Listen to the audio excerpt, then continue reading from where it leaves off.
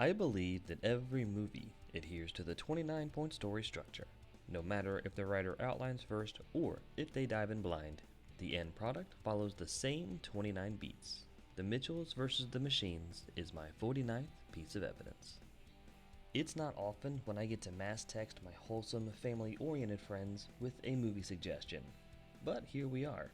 From the normalcy of a gay protagonist to the pitfalls of generational divides, this film is the template for a shifting mindset in greater society.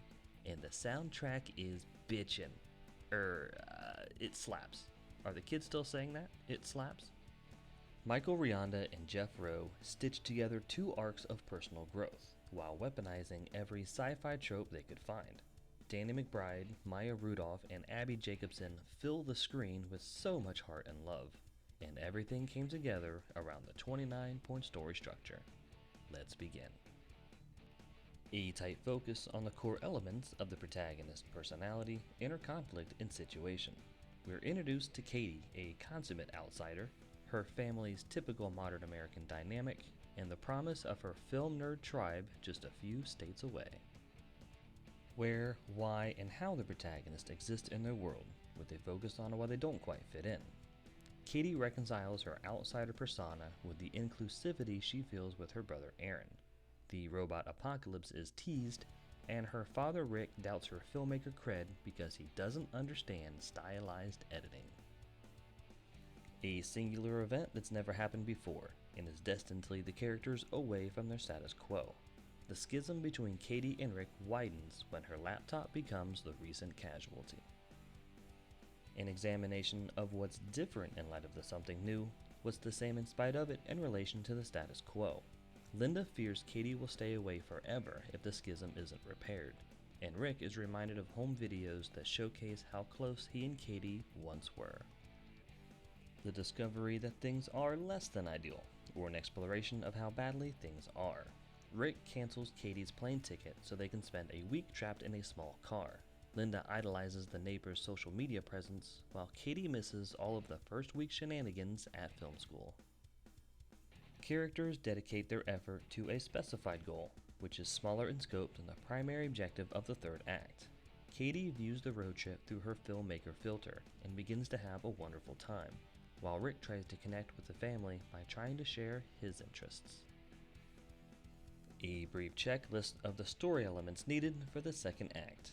Relationships that change and evolve over time, the Palmax army and their Inspector Gadget-like abilities, and of course, robots run amok. The singular event that launches the characters into the wild jungle of the second act, also called an oh shit moment. An unexpected source takes charge of the Palmax army and launches the robot apocalypse. Oh shit. Characters must learn all new rules and expectations distinct to this adventure. With the apocalypse in the background, Rick draws from the past to try and connect with his daughter. Katie tries to explain her perspective to her father. Linda faces the specter of the perfect family she wants to have, and Aaron hits puberty. Characters showcase their ability to grow in the areas this adventure requires, typically through external means. The Mitchells fight back against the Palmax army by bumbling their way to a victory of sorts, then hiding. Characters face legitimate and understandable reasons to deviate from their stated convictions, agendas, or desires. Pal, the vengeful AI, laments her treatment and disposal by her owner, and tables the turns on humanity, who collapses instantly. An escalation of problems that vex the characters. While the meatbags are rounded up around the globe, Rick further beats Katie down and her ideas. Linda again implores Rick to dull the edge of his attitude, while Aaron parrots the same to Katie, who's just as scared to lose her as Linda is. Characters evolve internally by utilizing everything they've gathered and learned. The robots that the Mitchells defeated wake up defective, and obediently lay out how to stop the apocalypse. Then Katie plays to her father's ego to motivate him to fight.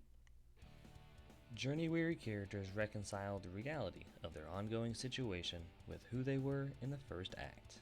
Katie damages her relationship with Aaron by admitting it was all a lie, as evidenced by his sad raptor bash. Linda's ideal family dynamic begins to shine through, recalling her Act 1 apprehensions, Then Rick's driving skills return to save them from patrolling robots. A singular event that strikes at the protagonist's core conflict. One of the defeated robots bears witness to the last humans not held in captivity, and there's no turning back from here. Characters find needed answers for both external and internal conflicts. We discover the ultimate fate of the captured meatbags, while the Mitchells bask momentarily in the victory wrought by their cooperation. The clarified objective is realized in part or in whole, though it's meaningless without the completion of the primary objective. The Mitchells begin to cooperate and take on the Appliance army, but they're surrounded by technology. Linda's maternal instincts refuse to leave a family member behind, but it's not one of her meatbag relations. An existential conflict that wounds the character's sense of self, worldly identity, or their journey. The Furby militia corners the Mitchells in a dead end, but the full weight and effort of the entire family isn't enough to survive the robot apocalypse. Then the defective robots throw in to save their newfound family. An undeniable win for the protagonist, typically in direct connection to the rebirth. Rick puts all his blind trust in Katie and saddles up to ride out. The Mitchells prove themselves especially infuriating to the PAL AI. Then Katie is shown a little into Rick's past and the crushing loss of a dream that influences his behavior toward her. A grand loss directly connected to the character's newfound inability to quit the journey. The Mitchells bear witness to the massive complex they have to infiltrate and its defenses, then suit up in a way that absolutely cannot work, right? A thematic freefall tied directly to the heavy price. The Mitchells navigate the massive complex in disguise, but the PAL AI plays psychological warfare to break their tenuous peace. Then they're discovered and surrounded. Man, this got intense. A singular event that robs the protagonist of seemingly any chance of success. Rick and Linda are captured and leave Katie and Aaron as the last two free-range meatbags on Earth. Characters cannot return to their starting personas and must turn to face the primary objective. Katie is given the final piece of Rick's backstory, that he gave it all up for her, and she rallies to take on the robot army with Aaron and Monchi by her side, while Rick finally sees himself through Katie's eyes and how he failed to be who she needs. Characters move towards the climax while utilizing the major swings and sneaky misdirections of the story. We get a quick montage of every callback, joke, and running gag thus far established in the movie, as well as some meta references and real-life memes, while the Mitchells scramble to stop the meatbag extinction event. The final confrontation between the protagonist and the antagonistic force. Linda unlocks her Mama Bear persona. Rick tries his best, which leads the defective robots to question their programming.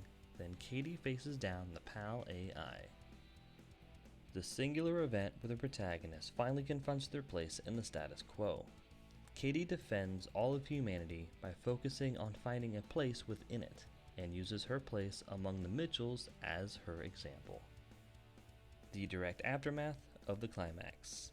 The defective robots turn coat and save their meatbag family. Then daughter and father murk the robot army in perfect sync, accompanied by a berserker-fueled Linda, and the PAL AI is defeated. The consequences of the climax in relation to other characters and the status quo. Humanity is saved, and the posies validate the Mitchells. A tight focus on the protagonist contrasted from the opening. The Mitchells drop Katie off at film school, because I guess humanity didn't even take a breather after its near annihilation, and they're stronger than ever. And there you have it. My 49th example to support my argument that all movies follow the exact same story structure, regardless of how the writer approaches their craft. The Mitchells vs. the Machines nestled comfortably within the 29-point story structure, never deviating from the emotional core of each sequence. But does this family-friendly comedy Apocalypse follow the same plot beats as the second-best modern rendition of the world's premier consulting detective and his trusted, totally not gay at all roommate? Yes, it arguably does. Next on my docket, Sherlock Holmes. Please subscribe to stay up to date with this and future videos, and please like and comment with your thoughts and reactions. I'll talk to you next time.